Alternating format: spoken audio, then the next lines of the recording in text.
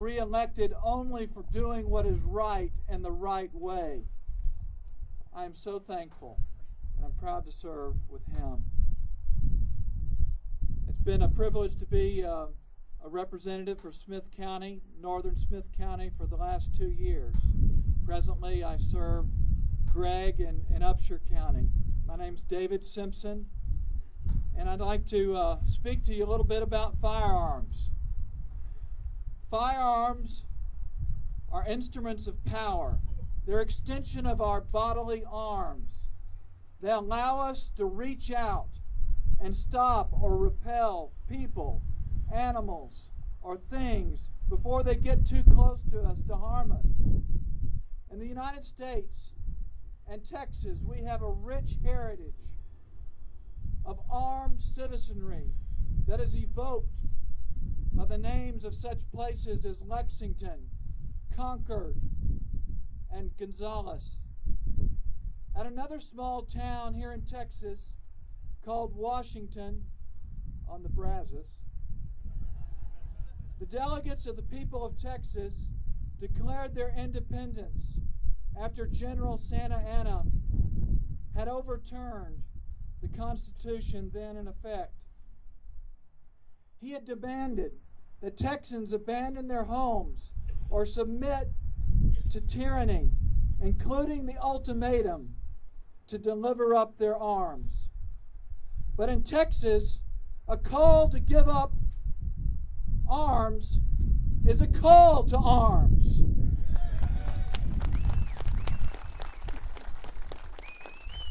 Hitler, Mussolini, Stalin, Pol Pot, and others remind us that tyrants have sustained their tyranny by disarming their subjects. Thankfully, our civil government has not yet universally made such a demand, but our federal government has incrementally sought to limit our rights to manufacture, purchase, and use and possess certain firearms, deeming them unnecessary and unsafe for citizens. But what are those arms that are essential to our defense? They are arms sufficient to overcome the threats to life, liberty, and property. They are arms of at least equal accuracy and potency to those that would use those arms to take away our life, liberty, and property. But firearms can only be used if we possess them. And how can we possess arms if our government takes away the legal right to manufacture, purchase, and possess them? What kind of government would do this? A free government espoused by our Texas Constitution and its preamble does not disarm citizens. It protects the right to possess and use arms that are essential to defense, not just against a neighbor or a foreign enemy, but even government officials that would act criminally and tyrannically. Our declaration boldly asserts that arms are not only essential to defense and the rightful property of free men, but they are only formidable to tyrannical governments. Why do some in our federal government consider guns, their sale, their possession, their defensive use as a threat? Perhaps it's because they do not trust us. They treat us as children. They consider us as subjects, and our state is a mere political subsection of a national government.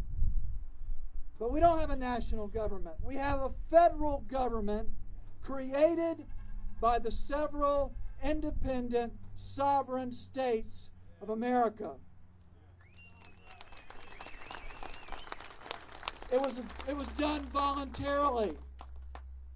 The states are not like the county and the cities of our state. The states formed the Union. They delegated certain rights, limited rights, to the federal government. The federal government does not have absolute authority over us. The federal government's powers are derived from the states and its people. Furthermore, it is a constitutional duty of the states, not the federal government, to prosecute and punish wrongdoers who harm their neighbor, such as tragically happened at Sandy Hook. It is the federal government's duty to protect us from our enemies abroad. Otherwise, it should leave us alone. But what if it won't? What should we do as a state and individuals?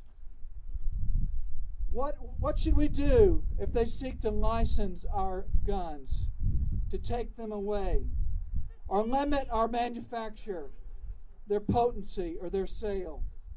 Our Texas Constitution points to the answer in Article 1, Section 29. It plainly declares this, that to guard against the high powers herein delegated, excuse me, new fancy device here. We declare that everything in this Bill of Rights, the Texas Bill of Rights, is accepted out of the general powers of the government and shall remain forever inviolate, and all laws contrary thereto shall be void. That's in our Texas Constitution, which we swore an oath to uphold. What are these rights which Texans in the state of Texas must protect? All laws contrary thereto. Among others, they're the right to worship, the right to assemble, the right to publish, the right to free speech, the right to be free from unreasonable search and seizure, the right to a trial by a public trial by jury, and a right to keep and to bear firearms. If the state of Texas cannot take away these individual rights, including the right to keep and bear arms, how could it have delegated such a right to the federal government? It does not have such power, and it cannot delegate that power. It is an inalienable right which God gave us. But our Constitution demands more. Our Constitution demands that the state shall protect these rights inviolate. It must stop. It must render void. It must interpose itself between any law or power that would violate these rights. That is the constitutional duty of the legislature, the governor, sheriffs, commissioner courts, courts of law,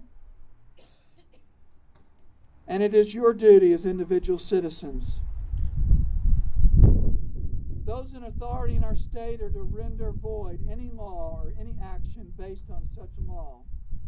Enforcement of the Constitution depends on all three branches of our government and upon us as individuals. Well, some may ask, why do we emphatically defend the Second Amendment? The answer is simple. If we as a state or individuals tolerate tyranny in the matter of personal self-defense, we will cease to be a free state and a free people. We will devolve into a national democratic despotism. The first steps of this despotism may be mild, but do not think that our America, as good a system as we have, is immune from the dangers of tyranny. Men are no angels, and over time, ambition of powerful men can corrupt our republic to be just as invasive, just as restrictive and slavish as any in history. In fact, it may be worse, because we will be required to enslave one another. Let us be vigilant and refuse submission to any law or power that would disarm a peaceful, law-abiding citizenry. May God preserve Texas and liberty.